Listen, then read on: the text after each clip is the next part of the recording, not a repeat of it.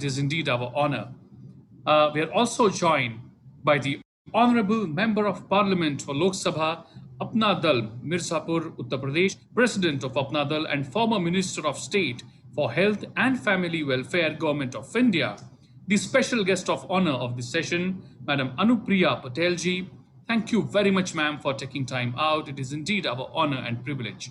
But before I invite her to address the gathering, I request my technical team to kindly relay a small film made on life and work of Madam Anupriya Patelji. Over to you, team.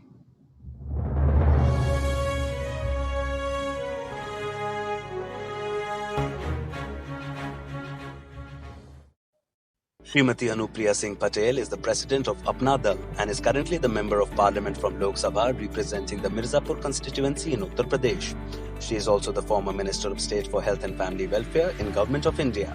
She earned a bachelor's degree from Lady Shri Ram College, Delhi University, did her PG diploma in psychology from Amity University, Noida, and majors in business administration from Chhatrapati Shahuji Maharaj University, Kanpur. Due to untimely demise of her father, late Dr. Sonelal Patelji, the founder of Apna Dal, she entered politics unexpectedly. Under her leadership, the party won 2 Lok Sabha seats from Uttar Pradesh in 2014 and 2019 general elections. In 2017 UP Legislative Assembly elections, her party secured 9 seats, and in 2018, Apna Dal made an entry into the Legislative Council of Uttar Pradesh. Her biggest strength is her ability to work tirelessly for the marginalized, downtrodden, and backward class people of the Indian society. We are honored to welcome Srimati Anupriya Singh Patel to the Second National Women's Parliament hosted by MIT World Peace University. Thank you very much, Madam Anupriya Patelji. It is indeed our honor to have you here today. I request you to kindly address the gathering. Over to you, ma'am. A very good evening, all of you, honorable chief guests of today's Second Women's Parliament, all our eminent speakers, and our distinguished audience comprising of young, bright girls, other students and faculty members, and everybody else who's connected with this event today. It is truly my privilege to connect with so many young minds, so many bright girls through this Second Women's Parliament. I'm thankful to the organizers for having me here today, and I deeply appreciate their commitment, their enthusiasm, and their determination to organize, to hold such an event, such a parliament, which is oriented and aimed towards creating a difference in the lives of our women and the young girls of our country. Thank you, all the young students, the young women who are listening to me. I have seen the list of several eminent speakers today. And just before I started speaking to you, I heard Srimati Medha Pachkarji, her views, her opinions, and I think it was very, very enriching for each one of us. And if I talk about most of our speakers through this Second Women's Parliament, I would say that these are mostly women from diverse backgrounds, politics or social work, art, cinema, media, industry, so many different backgrounds. These are women who have excelled in their fields and left their footprints, they've made their mark, they've carved a niche for themselves. And for all the young girls who are present today, such women are role models who are here to give you a very important message that there's a big canvas available to you. And you can leave your footprint. Each one of you has a great potential. You just need to unleash the energy. You just need to realize that potential. And each one of you must make efforts to become the true heroine in your life and not just a victim. Because each one of you is capable, each one of you has a lot. You just need to explore it, grow it, and develop to your fullest potential. I don't know if most of these eminent speakers who are women particularly discussed about their life journeys, but if you read about them, you would find that each one of them must have gone through a lot of hardships. Because I personally believe that each one of us has a special story. When we are born a woman, we all have our own challenges which are unique to our lives. And everybody has a different challenge. The nature, the magnitude, the degree of the challenges may differ, but we all face hardships, we all face challenges in our own ways. And many of us are able to overcome those hurdles and make our mark. And this is what you must learn from all the dignified women who have addressed you through the Second Women's Parliament. I have been asked to share my thoughts on encouraging and empowering women in order to strengthen the society. When I think of the word empowerment, the first thing that comes to my mind is empowerment is not a product, it's a process. It's an ongoing process. You have to keep working towards it. And it has many faces. It is multifaceted. It has a socio-cultural phase. It has a educational, economic, political, and last and the most important, a psychological aspect. Why do I say that empowerment would have a socio-cultural phase? Because when I look at the Indian society as a whole, most of us would have also noticed it, and we all live through it every day, that our society gives utmost respect to women. Most of our deities, our goddesses, are women. We say that goddess of wealth is Lakshmi, and goddess of power is Durga, and goddess of knowledge and wisdom is Saraswati. But another thing which we fail to understand is, why do we still in many Indian families, despite giving so much of respect to women in our religious practices and beliefs, why is this in many families still, I wouldn't say all, but yes, many families across the country, there's still a boy preference and a girl aversion? Why do we still face those discriminatory practices, those gender prejudices, gender inequalities, domestic violence, sexual harassment? And to top it all, there are judgmental attitudes towards women. So socio-cultural norms really do get in the way of true emancipation of women, and which is one aspect of it which must be addressed when we say we aim to create a society where women are empowered. Educational, because of course, you are all privileged girls, but there are so many girls who are not as privileged as you. Even in today's times, they don't get that opportunity to gain knowledge, skills. They don't have the opportunity to learn, to educate themselves. Literacy rates have improved, I wouldn't deny. But a lot of women still don't have access to good education or education. Not good education, but even basic education, I would say. They don't have the opportunity. Economic, because women have come into the workforce. You see women in every field, every sphere of economic activity, but they are not able to contribute as much as men, even today, with so much of awareness and so much of, I would say, a talk about women empowerment. They are not able to contribute as much as men. And for women who join the workplace, they still face barriers and in their workplace in terms of unfair practices in hiring, or unfair practices in their career progression, or unequal pay for equal work. Such issues also exist. There are complaints of sexual harassment. There are also complaints of pregnancy penalties, where employers actually hold back women from rising to important positions because they're on the family way. So these are the obstacles women still face in the workplace.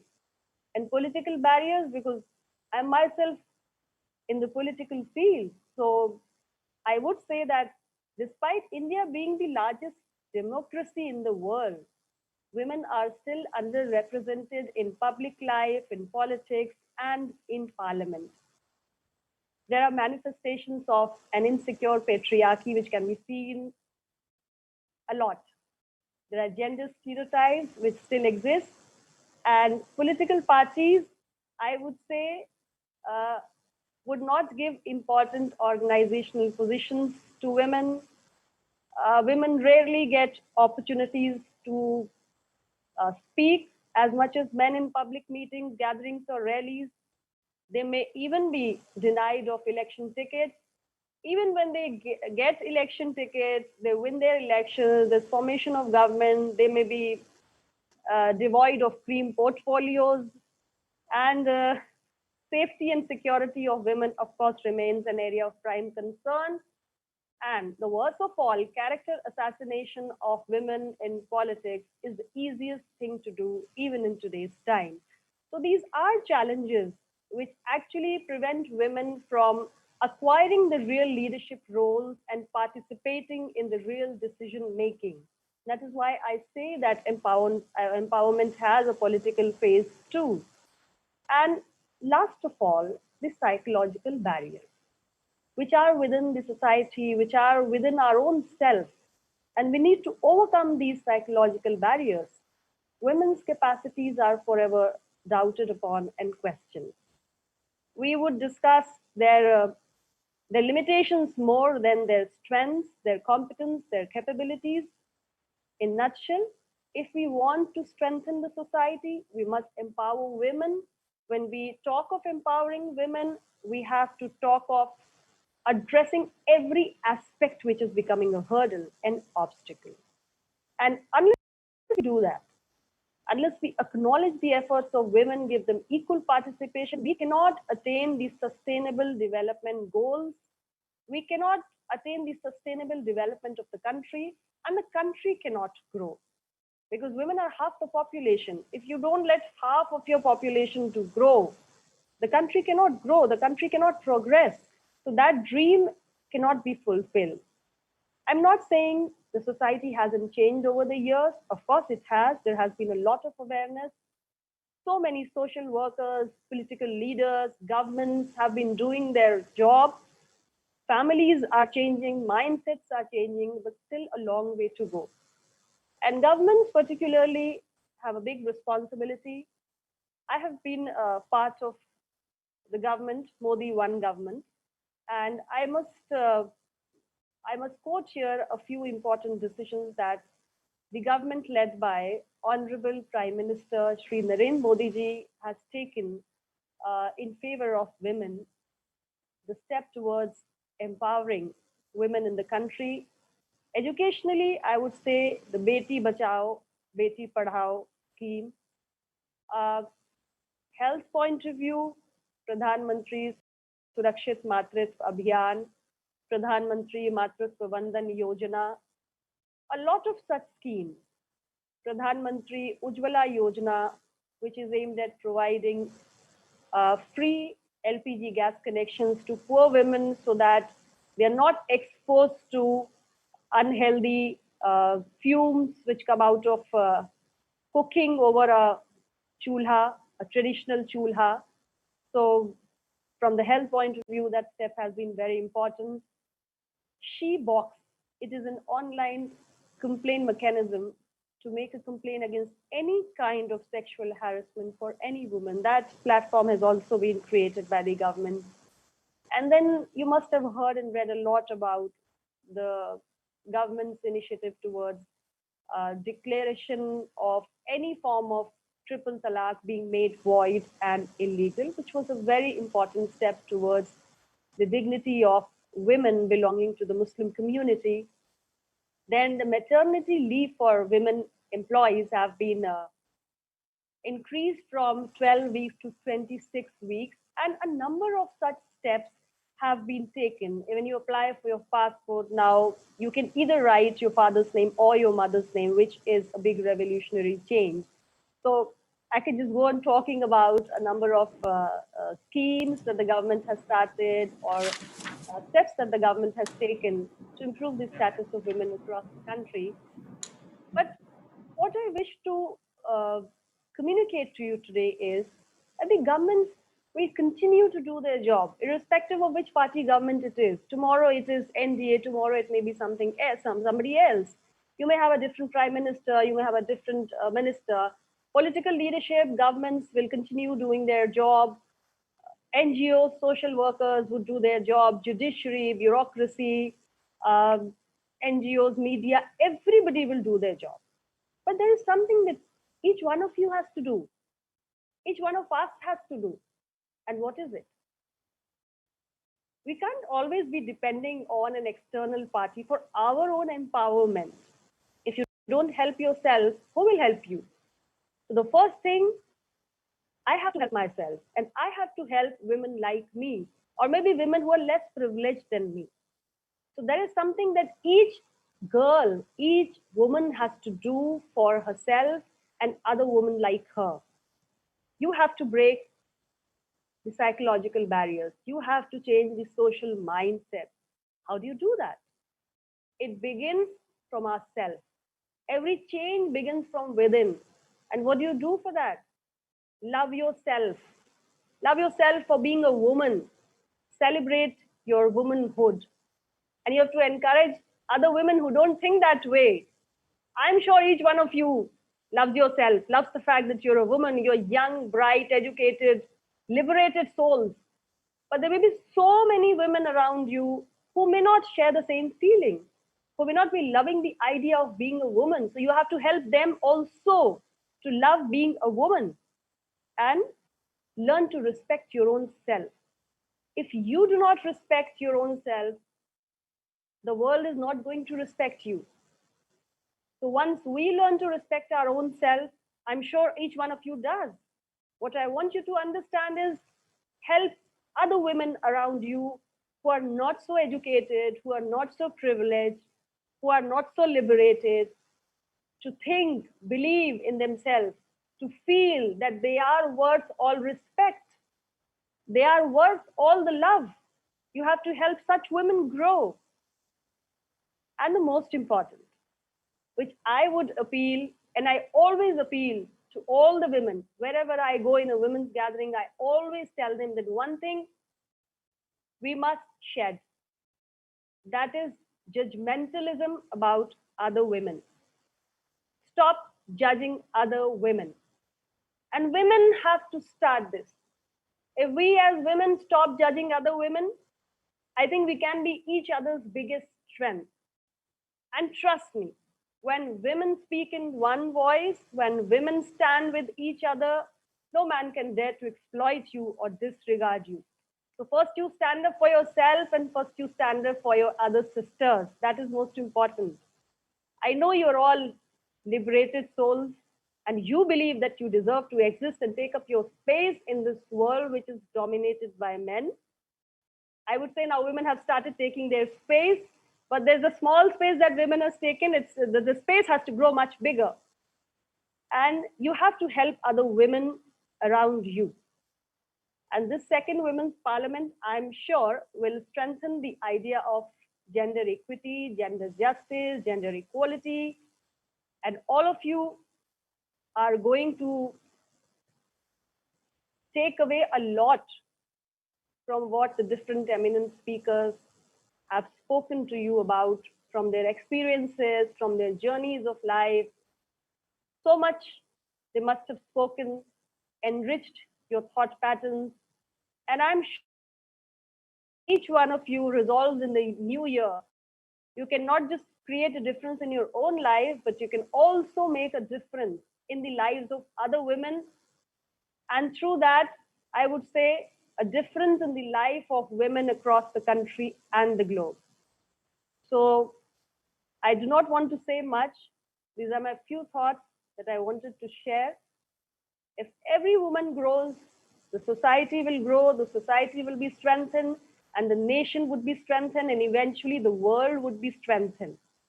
So with this, I convey my good wishes for your bright future. And I hope that each one of you will contribute positively towards the sustainable development of the country. With this, I conclude. Thank you very much, the organizers, once again, for having me here today and giving me this opportunity to interact with so many young women. It's been lovely. Thank you very much. Thank you very much, Madam Anupriya Patel ji. The pleasure has been ours. Thank you very much for taking time out and sharing your thoughts with us. Thank you very much. I'm sure the thoughts that you have shared would reach the hearts of everyone in the audience and the message would be rightly taken. Thank you very much once again.